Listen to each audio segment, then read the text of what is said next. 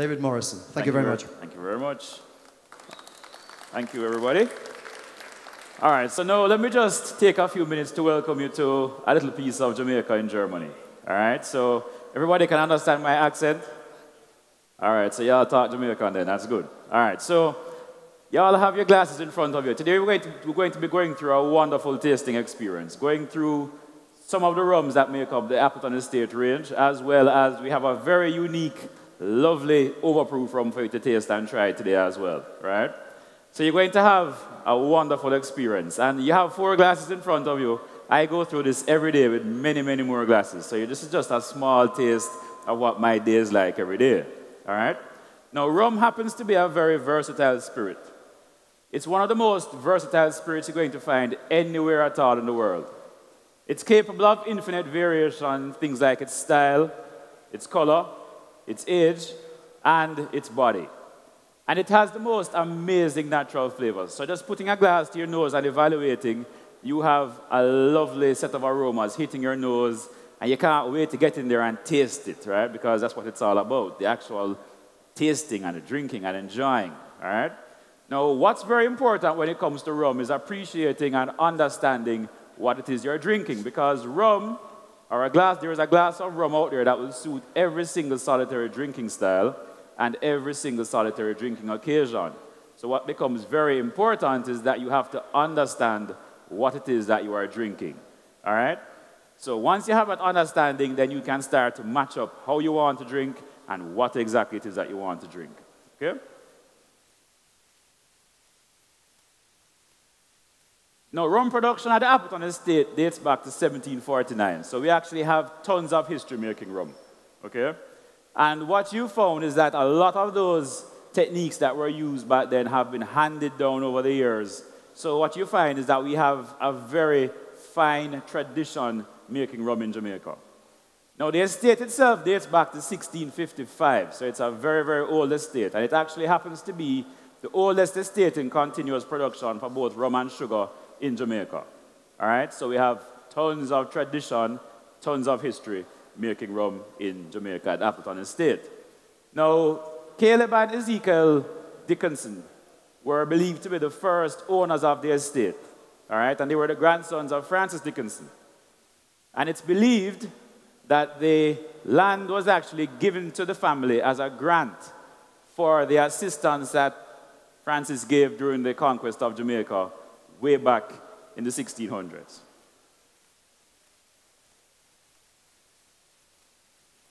Now, that unique character that you find in our rums is the result of a number of things working together.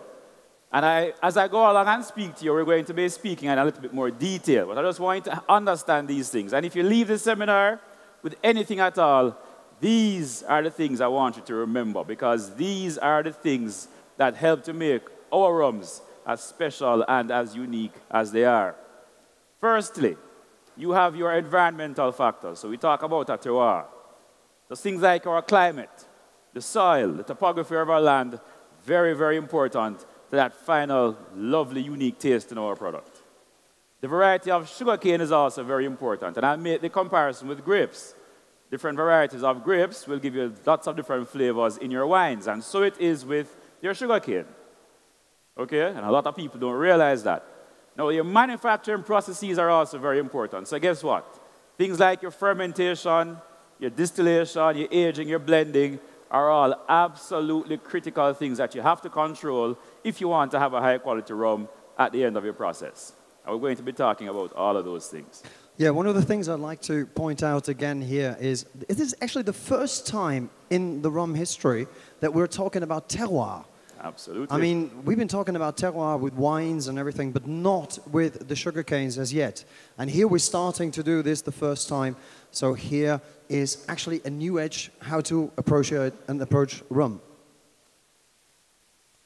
Now, the Appleton Estate is in the Nassau Valley in St. Elizabeth, Jamaica. Everybody here familiar with Jamaica? Anyone has been to Jamaica? Anybody ever been? Have you been to Jamaica? Yes. Have you been to the Appleton Estate? Oh, you missed something. All right. Okay. Now, when you fly into Jamaica on the northern side of the island, you fly into Montego Bay, right? And a lot of people would have heard about Montego Bay, Negril, all those nice places, right? Now, to the south of Montego Bay is St. Elizabeth, Jamaica. Jamaica is actually split up into 14 sections. The one right below Montego Bay is called St. Elizabeth. And in St. Elizabeth is the Nassau Valley, which is the home of the Appleton Estate. All right?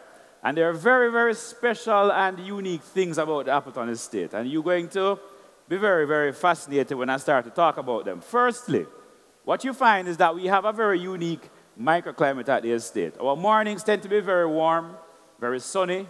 However, in the afternoons, we get very nice tropical showers of rain almost every day. All right? The soil is actually very rich in nutrients as well, which makes it very, very good for growing your sugarcane.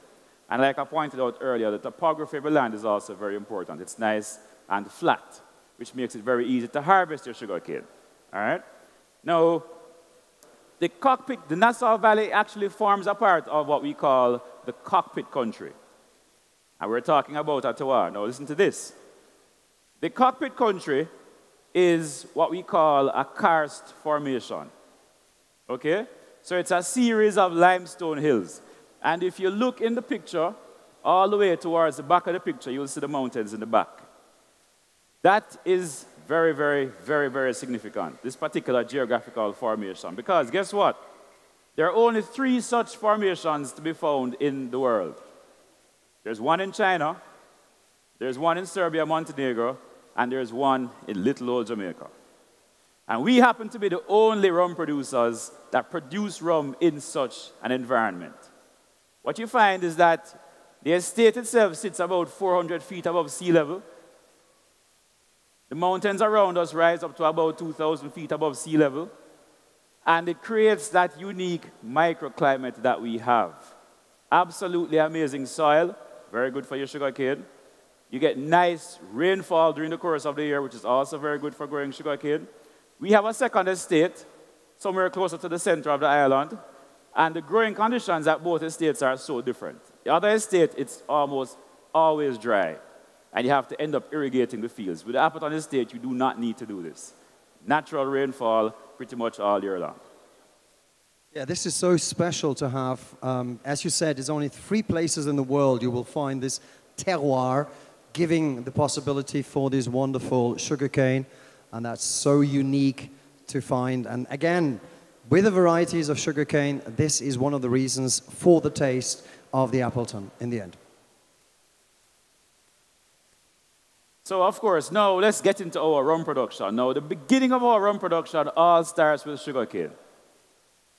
Very, very important to appreciate. Now, as I said to you before, and I made a comparison between wines and grapes, the variety of sugarcane that you use in your process is very, very important because a lot of those fruity types of aromas you're going to get from your sugarcane, as well as your yeast. You're also going to get very nice molasses notes coming through in your final product as a result of the varieties of sugarcane that you use in your process. Now, your sugarcane takes anywhere between 10 months to 2 years to mature. And we harvest our sugarcane after 1 year because after a year, we've realized that we get the best yield in terms of the sugar content. And sugar is very important because guess what? You must have sugar if you want to produce alcohol. That is a given, all right? So very, very important.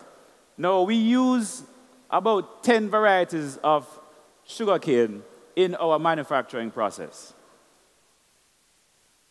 Now, there are upwards of almost 400 varieties of sugarcane, and we use 10. We found the best 10 that work the best in our growing conditions to give us the kind of flavors that we want.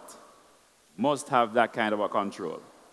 Yeah, one of the flavors you actually get is that fruity note, which is coming from the sugarcane. And as you said, out of the 400 or more than 400 different varieties of sugarcane we have around the world, it's just around the equator. If you just go 20 degrees to the north and to the south, this is the area of sugarcane growing in the world. And there's about 400 different varieties. 10 of them are used.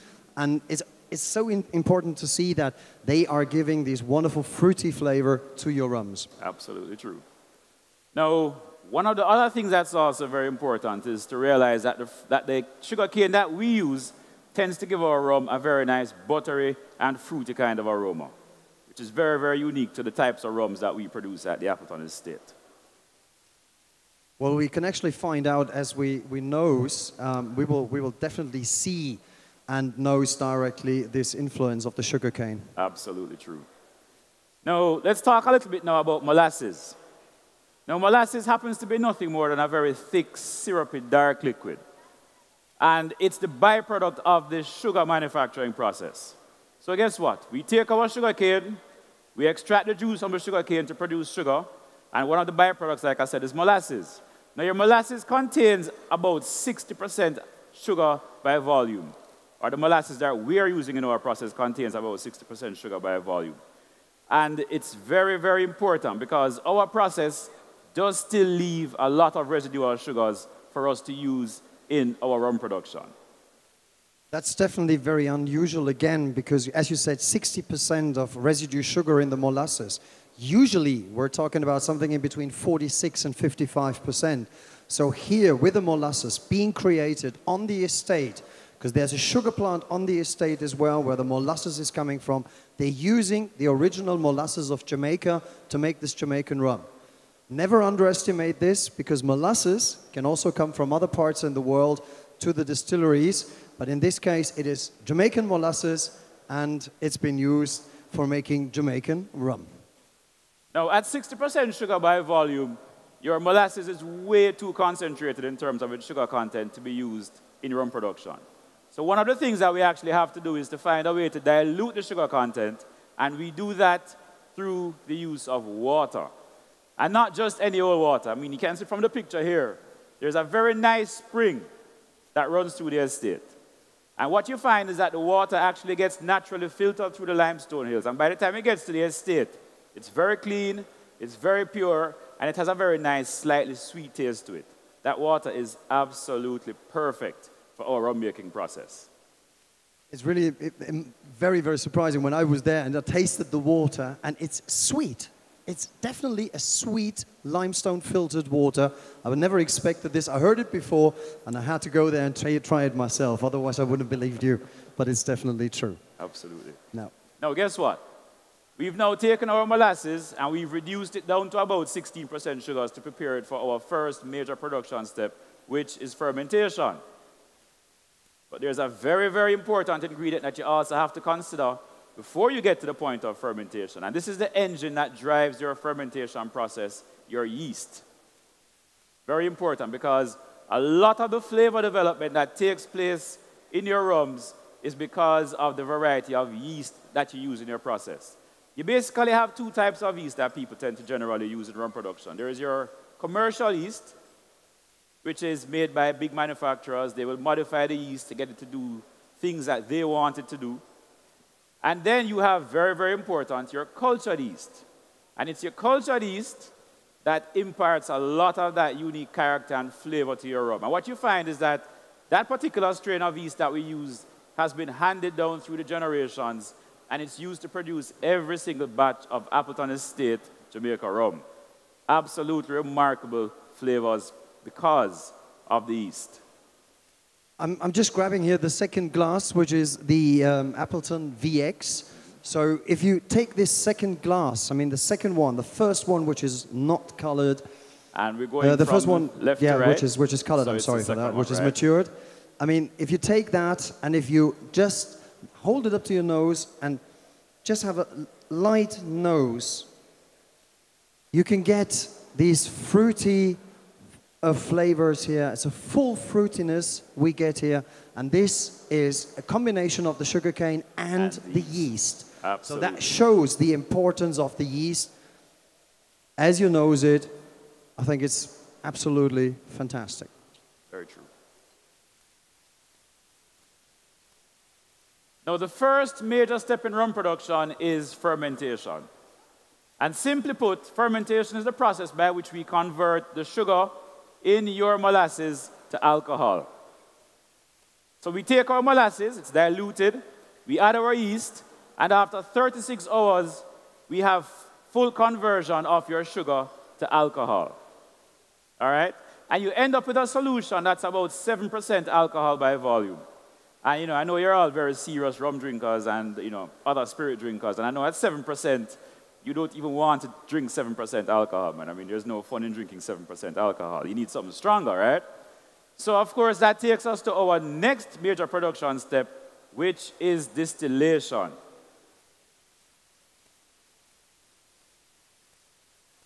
Now, by law, for your product to actually be called rum, it must be made from the fermented product of the sugarcane, which means that other sugar substrates, so things like corn, rye, wheat, etc., sugar beets, alcohol produced from these substrates cannot by law be called rum. It must come from the fermented product of the sugarcane.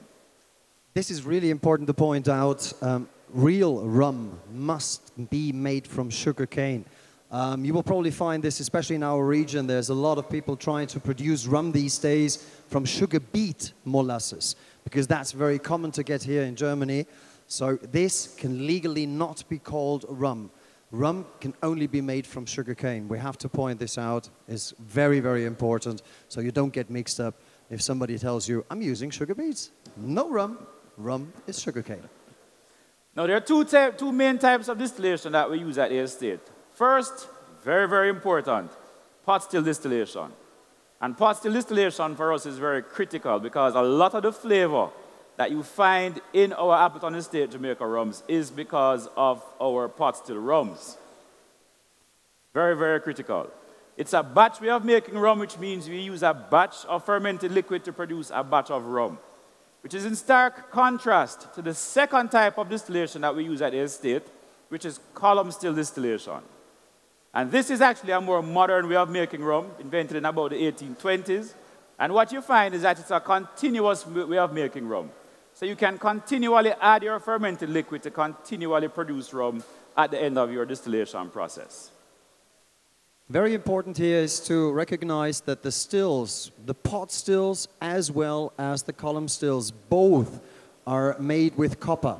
The pot stills exclusively, they're not copper linned, but they're fully made of copper, and the column stills, they have copper plates, so copper is essential in the process of distillation. We need it to be there to take away some of the unwanted off flavors and also to have a good product by the end of the day.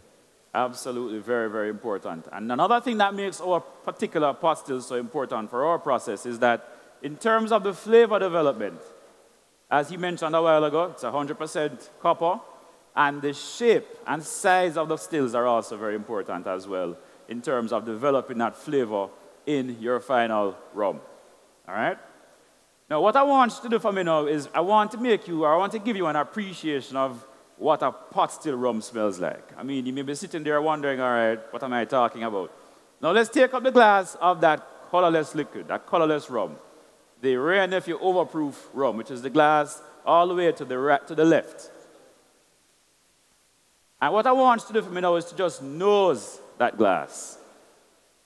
So the first one we have here, the first glass to the left, the glass with a white liquid. This is a Rare Nephew White Overproof rum. For those of you who know, you probably remember the alcohol content. We're talking about 63% of alcohol by volume. And as you nose it, when you take it up to your nose, it's surprisingly smooth. I mean, unless you're trying to touch the liquid with your nose, you ain't gonna get any alcoholic or strong alcoholic notes. It's so smooth, even with 63%, but you do get this kind of creaminess, which is there already, and that's the pot still content. But that's mostly from Clarendon, and a little bit from the estate. Correct. Both pot stills and 100% pot still or almost 100%, almost 100% pot still distillate with this Rare Nephew White Overproof. All right. Now, for your column still distillation, your column stills can be of two types. You can actually have your cup of column stills as well as you can also have stainless steel column stills. All right. And what you find is that the flavors that you get on either type of still are actually very, very different. On your copper column stills, you get more of a herbaceous type of a flavor coming through in your rums. And on your stainless steel column stills, you get a very nice kind of light fruitiness coming through on the rums. But it's very important to realize that the rums, in terms of the flavors, when comparing the two rums, are very, very different. As you would have evaluated a while ago with your pot still rum. Very big, bold flavors. Column still rums tend to be a lot lighter in flavor. So you don't get that kind of punch from most of the column still rums. But if I nose, especially here, the Ray and Nephew White Overproof, I do get some banana flavors coming through, and that's definitely one. That is definitely that's from the column still rums. A pot still, a column still, what we get here. So most of these light fruity notes. Yes. Now the next step in our process is aging, and we age all our rums in 40-gallon oak barrels, and to be very specific, we actually use American oak barrels, once used bourbon barrels for our aging process. Now your oak is composed of three main kinds of components. You have cellulose, which gives the rum a very nice sweetness during aging. You have tannins, which tends to give the rum that characteristic woody flavor as well as color during the aging process, as well as what we call flavonoids. And the flavonoids are very important because these are all of those additional characteristics that you get with lengthy interaction with your rum and your oak over time. So things like those vanilla notes, those coffee, cocoa notes, those heavier aromas are a result of the extraction of your flavonoids from your rum. Now the barrels that we use are prepared by heavily charring or toasting the insides, and we go with a heavy char on the inside. And what you find is that this helps us with our sugar extraction during aging, so it kind of gives the rum a little bit of a sweetness to it, as well as it gives the rum, or it finishes the rum with a very nice toasted almond note, which becomes a lot more pronounced after lengthy aging. So what I'm going to ask you to do for me now is to take up the glass all the way to your right. Now this is a glass of Appleton Estate 21-year-old Jamaica rum. And what I want you to do for me now is you're going to just evaluate to the nose again, and you're now going to try and appreciate the importance of aging in the process, going from an unaged spirit, which you just did before, to a wonderfully aged and matured spirit. So it's a lot smoother, a lot more flavor development has taken place over time. You now have color, which is why it is as dark as it is. And it is absolutely, absolutely critical for aging these fine spirits. Yeah, with the 21, we do get the aging. And as David was pointing out, it's American oak you're using for maturing these wonderful rums. Now, I can tell you, when I was there with some groups, and as we passed through the warehouses, like this here, at the end of the tour, I had 2 or 3 guys talking to each other, and they said, "Oh no, now I know where Jack Daniels comes from. Jack Daniels is not produced in the US, Jack Daniels comes from Jamaica.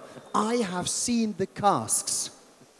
And indeed, the casks they're using are these ex-American whiskey barrels, American oak barrels, and therefore you will find the stenciling is still on, saying it's Jack Daniels casks. You may find it, but please, it is rum maturing there, no whiskey. Now, we keep all our rum separate for aging, which means we're doing no blending at this point in time in our process. So we take our rums, and just for your knowledge, your column still rums come off the still at about 96% alcohol by volume. So they're very, very strong, intense alcohol. Your pot still rums come off the stills at about 86% alcohol by volume. And for the purposes of aging, we reduce all our rums to 80% alcohol by volume. It then gets placed into the barrel where it sits for a period of time. Now what you find is that over time, a number of things start to happen. You start to get amazing flavor development in your rum. The rum becomes a lot more smooth to the taste and smell. You start to get color being developed as your tannins are extracted into your oak, into your rum. And last but not least, you start to get reductions in terms of the alcohol content and the volume per barrel, which I'll explain about in a minute. Yeah, well, we see here one style of warehousing you're using. This is actually the old style of warehousing. Absolutely. Nowadays, it's palletized warehousing.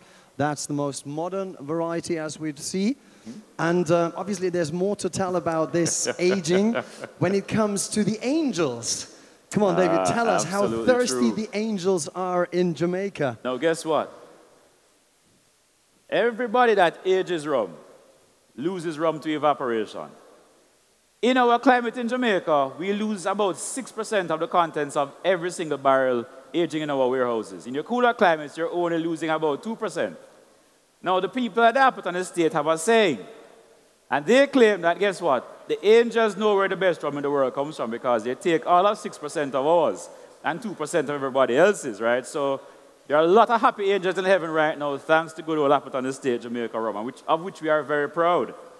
Now, when you think about it, it is a very big disadvantage to us in terms of the amount of rum we lose to evaporation. But guess what? There is a very significant advantage which is gained from the very same temperatures that causes all this evaporation, and that is a much faster rate of aging. Now, rum aged in our climate for a year is equivalent to rum aged in your cooler climates for up to 3 years. So for argument's sake, if you wanted to produce a rum of a similar quality to our 21-year-old Jamaica rum, guess what? You're looking at almost 63 years in a cooler climate. Okay? Well, this is absolutely stunning if you think about this. Now, when you go out and look how much you would have paid for a 60-year-old whiskey and how much you're going to pay for a 21-year times 3 63-year-old matured rum, you can see how much the difference still is and how comparably cheap, unfortunately, the rums still are. I'd like to see them more expensive. But the thing is, we have the potential here from this tropical aging times 3, plus what we also have is a higher loss. And again, if you go back to whiskey tastings next time and they happily tell you they're losing 2% in Scotland and they have the most happiest angels in the world, please remember, Jamaica, 6% of loss, and guess where the angels are more happy. All right, now, a quick little word now about age statements, because age statements you must understand. I mean, you will see bottles all over the place with numbers on the bottles. It's very important to appreciate what those numbers mean. Now, when you take up a bottle of Appleton Estate Jamaica rum and it has a number on it, like for argument's sake, the Appleton Estate Extra 12-year-old Jamaica rum or the Appleton Estate 21-year-old Jamaica rum, guess what that means? It means minimum age. And by that I mean, it means that the youngest rum in that bottle is always guaranteed by law to be the age stated on the bottle. So in the case of the 12-year-old, it means the youngest rum is always guaranteed to be 12. And in the case of the 21-year-old, it means the youngest rum is always guaranteed to be 21. So it's always at least the age stated on the bottles. In other areas, you will have other things at play like average aging, which is really a way of calculating an age based on the components that are put into that particular blend. Okay? And last but not least, you have Solera aging, which is really a system of combining younger and older rums to kind of keep changing the game in terms of what you're calculating as your actual average age. Yes, as you were telling us, David, youngest is the key word here. That's true. So important to remember. It is a USP for the Appleton range that they always have the youngest rum and not average. Neither is the Solera system. And we can feel that as we taste them, as we nose them. And let's do it, I think, huh? Shall we? Absolutely true. Let's go. Now, very, very important. All our rums are in fact blends of rum, which means we're combining varying styles of rum, pot still and column still, of varying ages. All right? Every single style of rum that we add to our blends adds its own unique layer of flavor to your blend. So what's important is your ability to evaluate. Your senses of smell, your sense of sight, your sense of taste becomes very, very important. And we're about to utilize those senses right now. Now we're going to be going through the members of the Appleton Estate range right now. And I'm going to be showing you some techniques as to how I want you to go through and do this evaluation as we go through to do the tasting. And we're going to be going through the Appleton Estate VX, which is a blended rum. And we're also going to be going through the Appleton Estate 12-year-old and 21-year-old, which are minimum aged rums. And then at the very end, we're going to be going through the white overproof rum. And we'll tell you some stories about the white overproof rum, which will make you really, really appreciate Jamaica a little bit more. Now, can everybody take up the glass of Appleton Estate 21-year-old, which is the glass all the way over to your right? All the way to the right, yes. And the first thing we're going to be doing is using our sense of sight. So I'm going to ask you to just hold your glass up, and you're going to look through your rum, and you're going to judge the brilliance and the clarity of the rum. So you notice just how clear the rum is. You notice the nice, deep amber tones of your rum, which you should have for a very fine, old aged rum, such as your Appleton Estate 21-year-old Jamaica rum. Now, the next thing I'm going to ask you to do for me now is to hold your glass up almost to eye level and look across the surface of your rum. And you should notice on the surface of your rum that the rum has a kind of an olive green color to it. Can everybody see that? Does everybody see that? When you hold the glass a little bit like this, and then when you're looking actually on the same height as your eyes, when you're looking into the surface here, you see this greenish surface. And that greenish surface, that's a very good indication for a long maturation, for a long time spent in the cask. So if you do this evaluation on a rum and you do not see that olive green ring, you have a problem. All right? I do not know what that is. Okay? Now, the next thing I'm going to ask you to do for me is you're going to tilt your glass on the side and then allow the rum to run back into the glass. You're going to notice the formation on the side of your glass of what we call legs. Now, the legs tell you a story about the body of your rum. So your light-bodied rums will have thin legs that will move very quickly down the sides of your glass.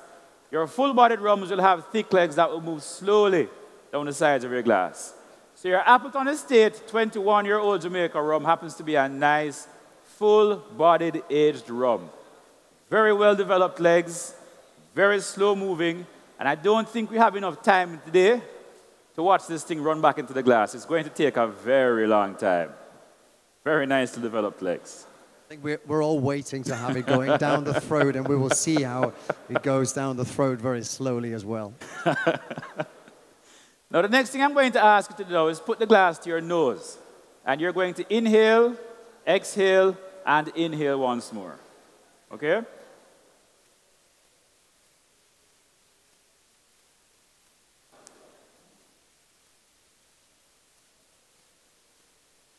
Now, does everybody get very nice, rich flavors in this glass of rum? Now, what you're experiencing now is what we call our top notes, or the natural aromas of the product. And you remember, in the beginning of this particular conversation we're having now, I started talking about things like yeast. We spoke about things like variety of sugarcane. We spoke about our fermentation process and all the flavors that are developed in that particular fermentation process. All these things come to bear on these aromas which you are evaluating now. What you get here is one thing that I find in all the rums of Appleton is this orangey, almost orange zesty notes. They are definitely present in all the Appleton Estate rums. So it's one of the characteristics of Appleton. And I also do have some spicy notes. There's some nutmeg character here as well, which is also coming through very nicely and develops perfectly well on the nose. Absolutely. And that orange peel note he's referring to is actually because of the pot stills. So every single part of our process is critical when it comes to your evaluation. Now, the next thing I'm going to ask you to do for me is to swirl the rum in the glass. And once again, you're going to inhale, exhale, and inhale once more.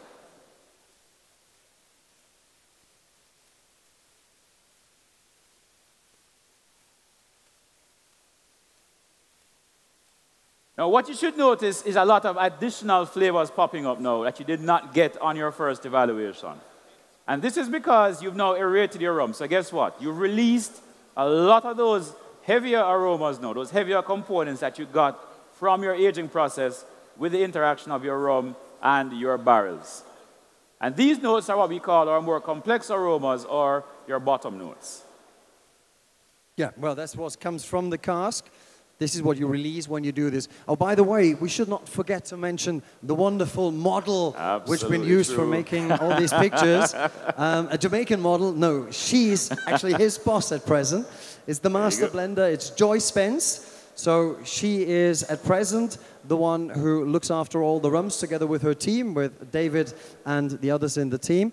But I can tell you a secret, it's probably going to be, most likely going to be him to be on this slide next, because he's going to be the next master blender of Appleton. So here you go, David. So now, of course, let's say we've produced the perfect rum. I mean, your rum could smell like roses. If it doesn't taste good, you still have a problem. So now we're at the point of taste. So what I'm going to ask you to do for me now is to take your glass and you are going to sip. You are going to enjoy the experience as it unfolds in your mouth. And I want you to make your own notes now about the length of the finish. Our Appleton Estate Jamaica rums tend to have a very nice long finish. That taste will linger for a while. It's going to go down very, very smoothly. And for a rum at 43% alcohol by volume, you're going to be very surprised at just how well it goes down. So cheers.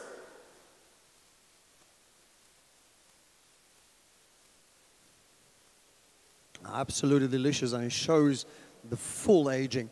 Well, in case anybody here has just got a burning feeling, which you may get, that's a very good sign if this is your first rum of the day.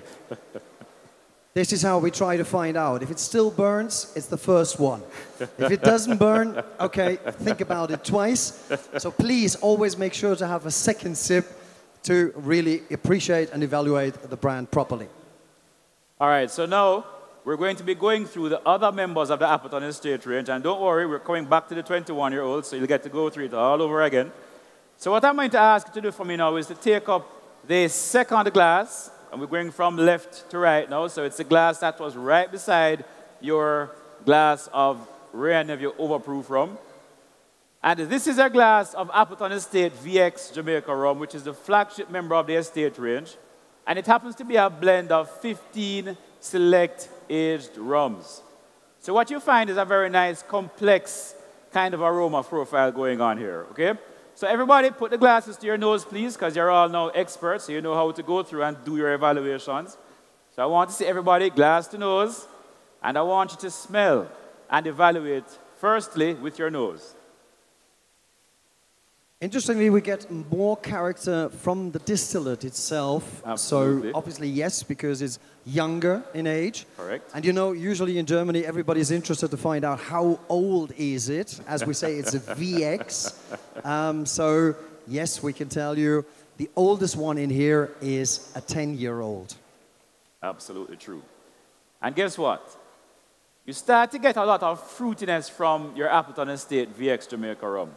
That nice characteristic orange peel and a little hint of molasses in the background. And a lot of these flavors are developed from, guess what?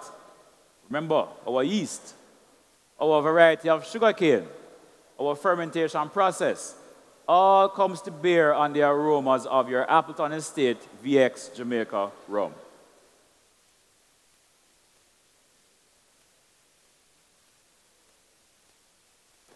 Now, can everybody just go ahead and take a taste now? Let's take that sip.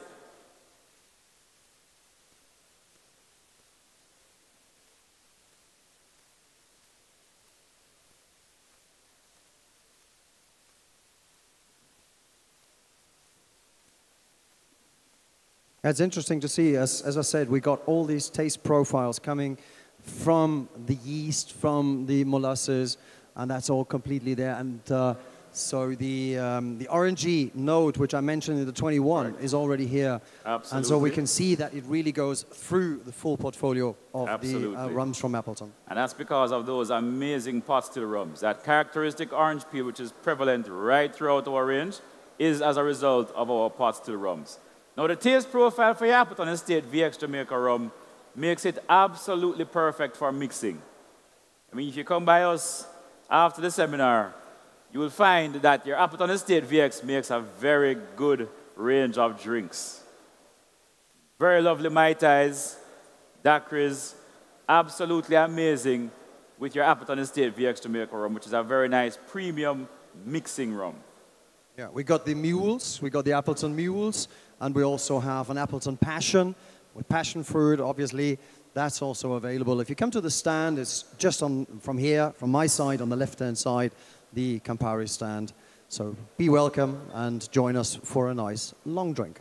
All right, so can you take up the next glass, which is the glass of Appleton Estate Extra 12-year-old Jamaica rum, which is another example of a minimum aged rum. Now, this rum, in my opinion, is an absolutely perfect representation of aging and blending. This rum happens to be absolutely perfectly balanced, in my opinion. And I say balanced because it has a very amazing flavor profile. So you put this glass to your nose, it explodes. And you start to get a lot of those heavier, oaky aromas coming through. You get nice toasted oak. You get nice coffee notes coming through. You get very nice undertones of molasses. And of course, that characteristic orange peel is always there. It's a great well balance we find here, because you do get a lot of influence from the cask already, but it's not as strong as we see in the 21. Very, very true. And therefore, it's most well-balanced one in the range for me. Because one of the things that makes the Appleton Estate 12-year-old so amazing is that, guess what? It's very, very good for sipping. So you can actually have it all on its own. Just some ice, a splash of club soda, a little bit of water, and you can sit and enjoy the flavors of an amazingly aged 12-year-old rum. But guess what? It also makes very premium, sophisticated cocktails as well. Well, as we see, I mean, you just had it up there. There's also the coffee notes and cacao. This is what we also find in here. So the complexity of this rum is a beautiful blend. So, well, congratulations. Well done. Thank you very much. And one of the things I'd like to point out as well, when you do a perfect serve of rum neat today, it's almost the same as you do with whiskeys. There's always a glass of water that comes along with it. That's the perfect serve we should have. And that's why you said a splash of water can always be added. Absolutely true. And just to point out, you know, one of my favorite ways to have your 12-year-old is with a little bit of ginger ale or ginger beer, twist of lime, perfect drink on ice. A very nice old-fashioned as well. Absolutely amazing. Lovely to drink. Absolutely. Yeah. So last but not least, we are at the point of our Appleton Estate 21-year-old Jamaica rum, with which you're all very familiar. It's another premium aged rum. It's a minimum aged rum, 21 years in a barrel. And as you evaluated earlier, what you would have realized is that it has a very nice, heavy, oaky kind of aroma. But guess what? There's a lot of complexity within that oak. So you get nice toasted oak. You get a lot of spiciness coming through, nice hints of vanilla. Nutmeg also comes through. Nice coffee, cocoa type of notes also come through in your Appleton Estate 21-year-old Jamaica rum. And this is by far, I believe, the most amazing sipping rum experience you can have. You sit down with this snifter, room temperature, and you can sit and drink all night long. And I will go back to what I started off with when I said to everybody that, guess what? Rum is very versatile. Within this entire range of Appleton Estate rums, you found rums that you can mix. You found rums you can mix or sip. And you found rums that you should definitely try to enjoy by sipping. Now, last but not least. You're now challenging us, don't you? Okay. And this is going to be the most interesting way to end the seminar this afternoon. Can everybody take up the glass of your uncolored rum now? Now, this is a glass of the Ray and Nephew White Overproof Rum. And I will start off by saying, this happens to be the most popular rum in Jamaica. Every single household in Jamaica has a bottle of this in their yard. It's somewhere in the house. He's not joking. Yes, and I saw it. It's very everywhere. Serious. And this guess what? Rum is everywhere. Oh, yeah. And guess what? People use it for any and everything you can think about in Jamaica. You have a headache. Somebody pours some in the hand and they go, and they pat their heads with it. Jamaicans love their overproof rum. Now, one of the things that I find very fascinating about this overproof rum is one, it's all unaged rum. It's at 63% alcohol by volume. It's predominantly pot still rum, which you all evaluated earlier, so you kind of got that nice pungent aroma, right? But one of the things that people will be very surprised about, and I hope you all get the surprise today, is that it has a very remarkable smoothness for this particular type of rum. So what I want y'all to do for me now is to take a sip, just a small sip, and allow the flavor to kind of just explode on your tongue. It's really amazing. I mean, we're still talking about 63% of alcohol by volume. So in the finish, you're going to get it. Then the alcohol is definitely there. And I must say, David, I remember this only too well because this used to be my breakfast drink in Jamaica. They did a perfect, long drink. It's very simple to make. It's a highball glass. It's some ice cubes. It's this rum, 2 or 4 cl as you like. And then top it up with milk. Now top it up with milk and then just have some nutmeg or some chocolate or whatever you like on top. And it's perfect. It makes you have a wonderful start in the day. I can guarantee you, I've tried it many times myself. And that is very typical of Jamaica. We do like our drinks nice and strong. All right, everybody, so thank you very much for coming out. And I hope you all enjoyed the session today. Thank you very much for being here. And thanks to David, future master blender of Appleton, senior blender now. Thanks for coming here. Thanks for coming to Berlin. First time for you to be here, isn't it? First time. First time. So we hope to see you again many more times. Thank Absolutely you, David. True. And Thank you very much. I'll be here in the summer when it's warmer.